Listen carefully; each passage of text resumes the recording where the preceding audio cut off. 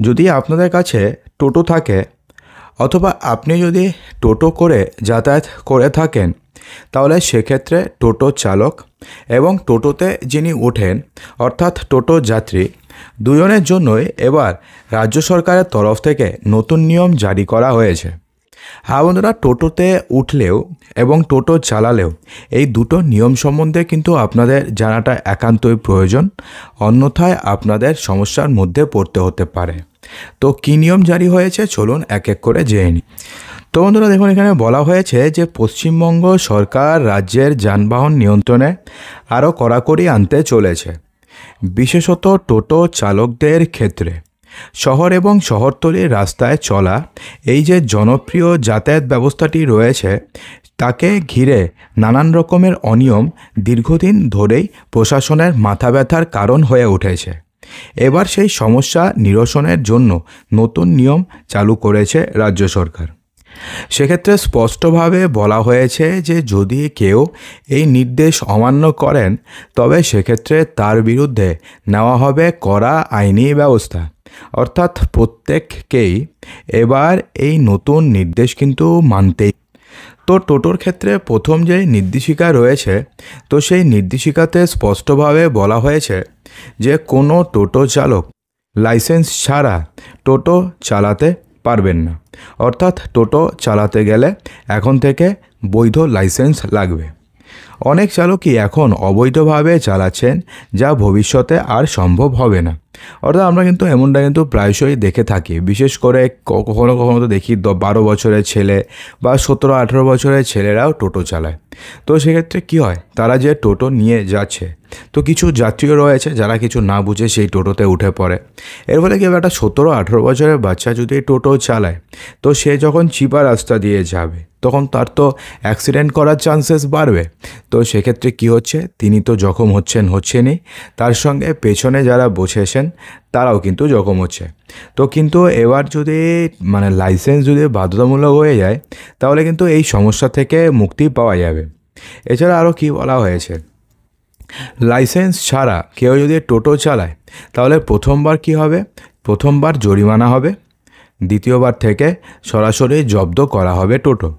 অর্থাৎ প্রথমবার আপনি লাইসেন্স ছাড়া চালালেন, প্রথমবার আপনাকে জরিমানা করা হলো, দ্বিতীয়বার কিন্তু আর জরিমানা করা হবে না। দ্বিতীয়বার কি হবে, আপনার পুরো টোটোটাকে জব্দ করে দেওয়া হবে, অর্থাৎ টোটোটাকে সিজ করা হবে। চালকদের ক্ষেত্রে জন্য বা চালকদের জন্য নির্দিষ্ট প্রশিক্ষণের ব্যবস্থাও থাকবে, যেখানে ট্রাফিক নিয়ম শেখানো হবে। এটা কিন্তু খুবই দরকার।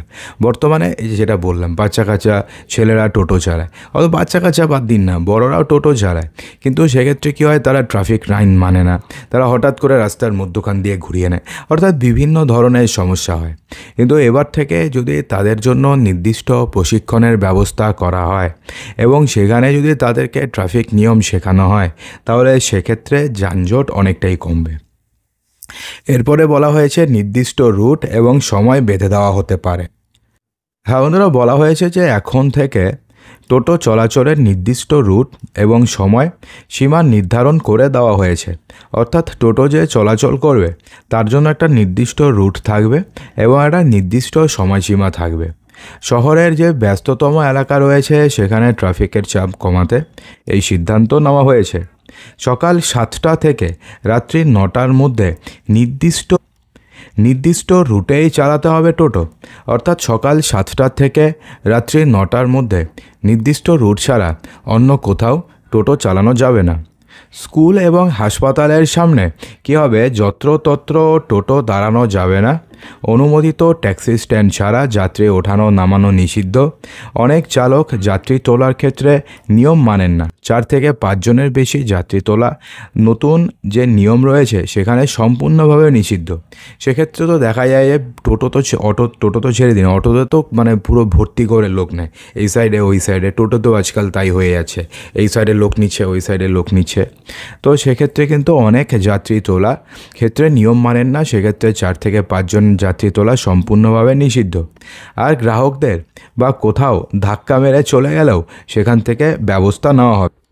এছাড়াও বলা হয়েছে যে প্রতিটি টোটোতে রেজিস্ট্রেশন নম্বর থাকবে এবং চালকের নাম স্পষ্টভাবে লিখতে হবে।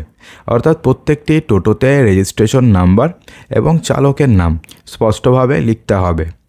এই পদক্ষেপটি যাত্রীদের নিরাপত্তা এবং অপরাধ রোধে কার্যকর ভূমিকা রাখবে। এটা তো সত্যি কথা, প্রতিটি টোটোতে যদি রেজিস্ট্রেশন নাম্বার থাকে এবং যদি চালকের নাম থাকে তাহলে সেক্ষেত্রে যাত্রীদের নিরাপত্তা অনেকটাই বাড়বে এবং অপরাধ বোধ কিন্তু অনেকটাই কমে যাবে। রেজিস্ট্রেশন নম্বর পেছনে এবং সামনের পাশের দিকে দৃশ্যমানভাবে লেখা থাকতে হবে। যাত্রীদের অভিযোগ করার জন্য একটা হেল্পলাইন নম্বরও যুক্ত করতে হবে। এছাড়া বলা হয়েছে যে রাজ্যের কান্দি পৌরসভার অধীনে এই নিয়ম এখন থেকে শুরু হয়েছে এবং আগামী দিনে অনেকেই মনে করছেন যে সারা রাজ্যে এই নতুন নিয়মটি চালু হতে চলে। এছাড়াও আরও কিছু রয়েছে, শব্দ দূষণ এবং ভাড়ার নিয়মেও অনিয়ম রয়েছে। টোটোর হর্ন এবং অতিরিক্ত আলো ব্যবহার অনেক সময় শব্দ দূষণের কারণ হয়ে দাঁড়ায়। আমরা সবাই জানি অনেকে আছে টোটোর মধ্যে এই ধরনের হর্ন লাগায় যাতে শব্দ দূষণ মানে প্রচণ্ড বাজে আওয়াজ হয়। তো সেক্ষেত্রে সেই সমস্ত হর্ন শব্দ দূষণের কারণ হয়ে দাঁড়ায়। এবার এই নিয়মেও নজর দিচ্ছে প্রশাসন। এছাড়া আরও বলা হয়েছে যে নিষিদ্ধ করা হয়েছে ডিজে হর্ন এবং অতিরিক্ত হেডলাইট। ঠিক আছে, কারণটা কি, অতিরিক্ত হেডলাইট যখন থাকে তখন কিছু কিছু হেডলাইট থাকে, ধরুন আপনি রাস্তা দিয়ে আসছেন রাত্রেবেলাতে, তো সেক্ষেত্রে ওই পাশ দিয়ে টোটো আসছে, কিছু লাইট তারা এরকম লাগিয়ে দেয় যে আপনি সামনের থেকে দেখতেই পারবেন না, অর্থাৎ পুরো চোখ আপনার ঝাপসা করে দেবে। এর ফলে কি হবে, তার তো কিছু হবে না কিন্তু আপনি অ্যাক্সিডেন্ট করে ফেলবেন। তো এই ধরনের অতিরিক্ত হেডলাইট সম্পূর্ণভাবে নিষিদ্ধ করা হয়েছে। ভাড়া নির্ধারণ করা হবে প্রতি কিলোমিটার হিসাবে, যা মানতেই হবে চালকদের। দেখুন বন্ধুরা, এখানে কিন্তু প্রশাসনের তরফ থেকে স্পষ্টভাবে বলা হয়েছে যে নিয়ম মানুন নয়তো ব্যবস্থা নেব। সরকারের পক্ষ থেকে স্পষ্ট জানানো হয়েছে যে এই নিয়মগুলো যদি কেউ অমান্য করে তাহলে সেক্ষেত্রে চালকদের বিরুদ্ধে আইনি ব্যবস্থা নেওয়া হবে। ইতিমধ্যে জেলার বিভিন্ন জায়গায় অভিযান চালিয়ে এই নিয়ম কার্যকর করা হয়েছে এবং যেই সমস্ত জায়গাতে কার্যকর করা হয়নি সেই সমস্ত জায়গাতে আগামী কিছু দিন অথবা কিছু মাসের মধ্যে সমস্ত নিয়ম কার্যকর হয়ে যাবে। এবং ইতিমধ্যে রাজ্যের বিভিন্ন জেলাতে অভিযান চালিয়ে শতাধিক অবৈধ টোটো আটক করা হয়েছে এবং এই অভিযান দিন দিন বাড়ছে। তো বন্ধুরা, আশা করব যে ভিডিওটিতে আপনাদের সমস্ত কিছুই সঠিকভাবে বোঝাতে পেরেছি। যদি ভালো লেগে থাকে তো লাইক করবেন, বন্ধুদের মাঝে প্রচুর শেয়ার করবেন এবং চ্যানেলটিকে সাবস্ক্রাইব অবশ্যই করবেন। তো দেখা হচ্ছে আমাদের আগামী ভিডিওতে আরও কিছু ইম্পর্ট্যান্ট নিউজ নিয়ে। ততক্ষণের জন্যে ভালো থাকবেন, সুস্থ থাকবেন।